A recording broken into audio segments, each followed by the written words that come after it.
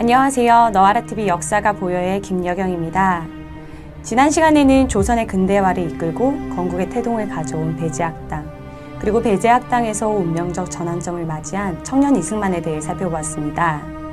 이번 대한민국 건국 가이드는 지난번에 이어 한성 감옥에서부터 시작합니다. 여러분, 감옥하면 어떤 이미지가 먼저 떠오르시나요? 감옥은 죄인을 가두어 두는 곳으로 일반적으로 부정적인 느낌이 먼저 듭니다. 하지만 역사적으로 살펴보면 감옥에 갇혔던 위인들을 어렵지 않게 찾아볼 수 있는데요. 죄를 저질러서가 아니라 대의를 위해서 또는 억울한 누명을 쓰고 감옥에 들어간 위인들이 많습니다. 그런 그들에게 감옥은 오히려 발전과 도약의 발판이 됩니다. 절망을 이기고 나온 그들은 한 단계 더 성숙된 모습을 보여주는데요.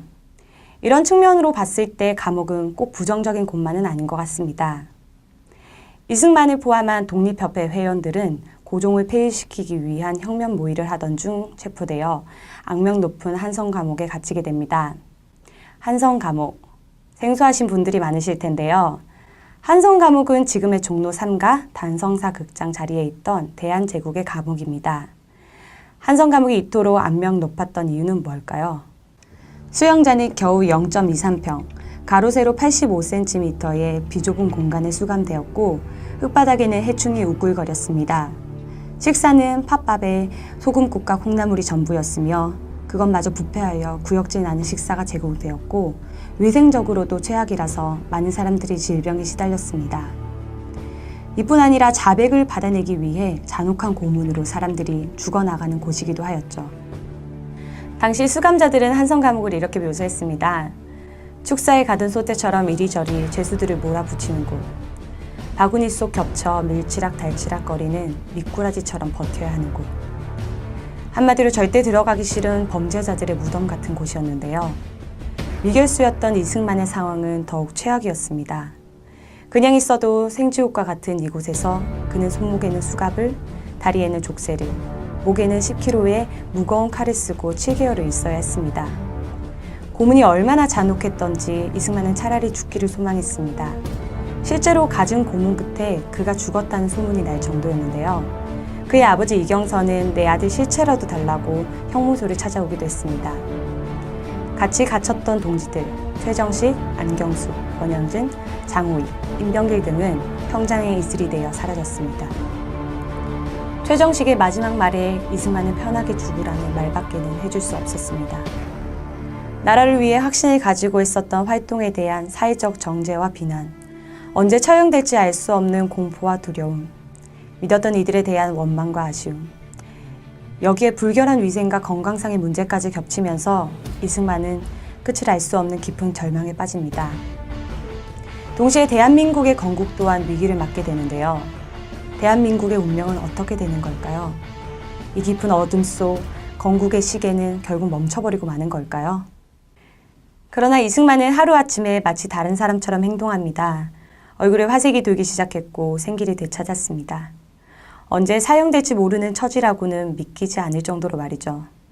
그 후 모범적인 옥중 생활로 간수들의 신임도 얻게 되는데요. 심지어 1902년 콜레라가 창궐하여 전염병이 감옥에까지 돌았을 때 그는 전염을 무릅쓰고 헌신적으로 죄수들을 간호하기까지 합니다. 간수들도 하지 못한 일을 대신 해낸 겁니다. 도대체 무엇이 그를 다른 사람으로 바꿔놓은 걸까요? 과연 그에게 무슨 일이 일어났던 걸까요? 그 의문을 풀기 위해 그날 밤으로 시간을 돌려보겠습니다. 그날 밤, 이승만은 사형당할 것이 틀림없다고 생각했습니다. 하루라도 빨리 죽는 것이야말로 고통에서 벗어나는 길이라고 수도 없이 생각했습니다. 급히 사형당하는 죄수가 부러울 정도로 말이죠.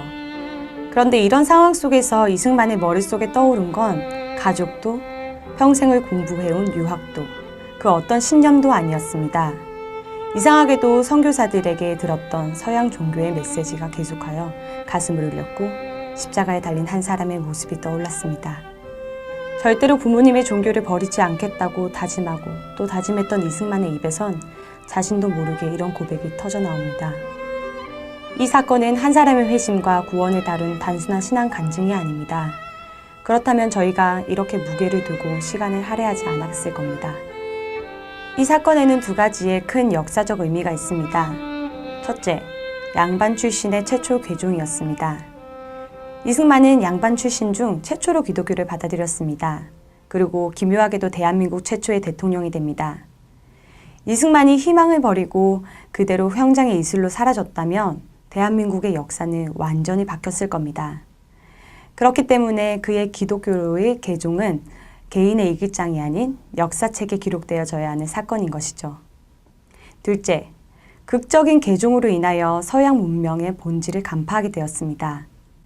기존의 이승만은 서양에 대한 강한 불신과 거부감을 가지고 있었기 때문에 수박 겉핥기식으로밖에 그들을 이해하지 못하였는데요. 그런 그가 서양 문화의 정신이라고 할 수 있는 기독교를 받아들이고 이해하였기 때문에 자연스럽게 선진 문물에 대한 편견과 선입견 또한 사라지게 됩니다. 그리고 이것을 감옥에 있는 동지들에게 전파하는데요. 그로 인해 많은 사람들이 자유와 평등, 인권 등 기독교의 가치를 받아들이게 됩니다.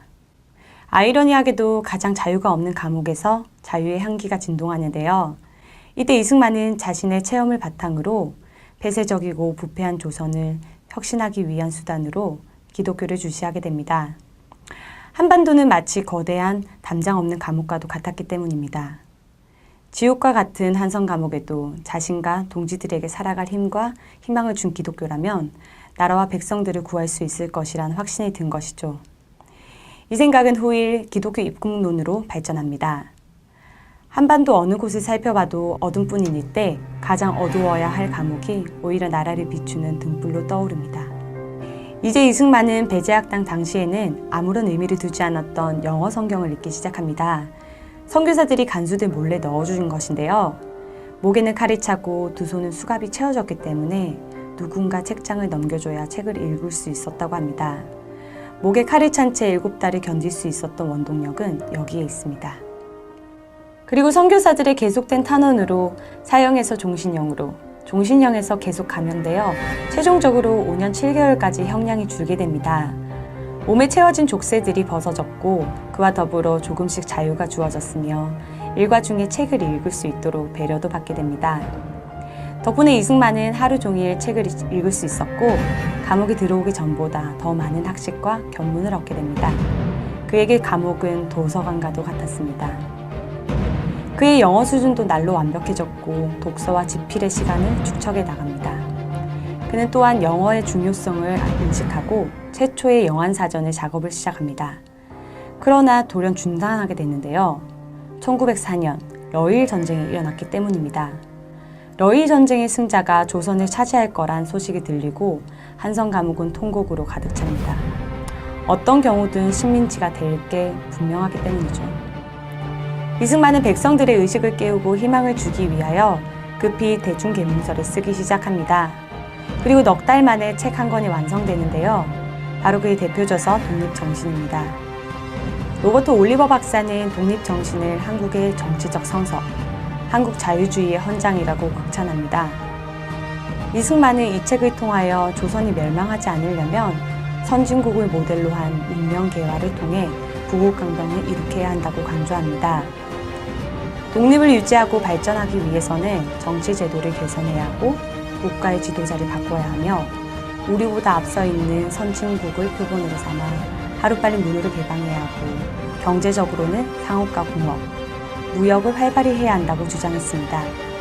100년도 전에 이승만은 지금의 대한민국을 디자인했습니다. 세상과 단절된 차가운 감옥 바닥에서 이어진 기적과도 같은 일이었는데요.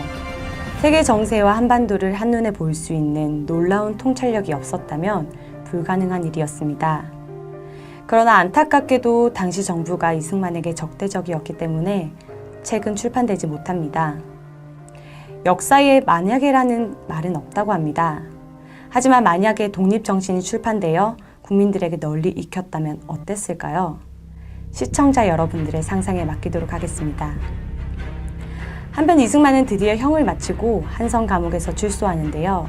출소 후 그는 바로 미국으로 향하게 됩니다. 그가 미국으로 향한 이유는 무엇이고 그곳에서 어떤 일들이 그를 기다리고 있었을까요?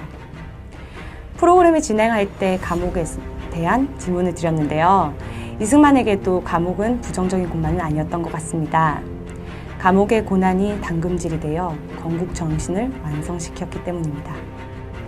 그가 그린 설계도의 끝에는 세계 초강대국, 인류국가 대한민국이 있습니다. 그렇기 때문에 우리는 여기서 멈춰선 안 됩니다. 자유가 없을 때 우리는 자유의 소중함을 알고 자유를 갈구하게 됩니다. 건국의 기초가 무너지고 자유가 위협을 받고 있는 지금, 그 어느 때보다 우리에게는 독립정신이 필요합니다. 자유 대한민국이 세계 위에 우뚝 서는 그날까지 너아라TV는 멈추지 않습니다. 다음 행선지는 미국입니다. 지금까지 너아라TV 역사가 보여의 김여경이었습니다. 감사합니다.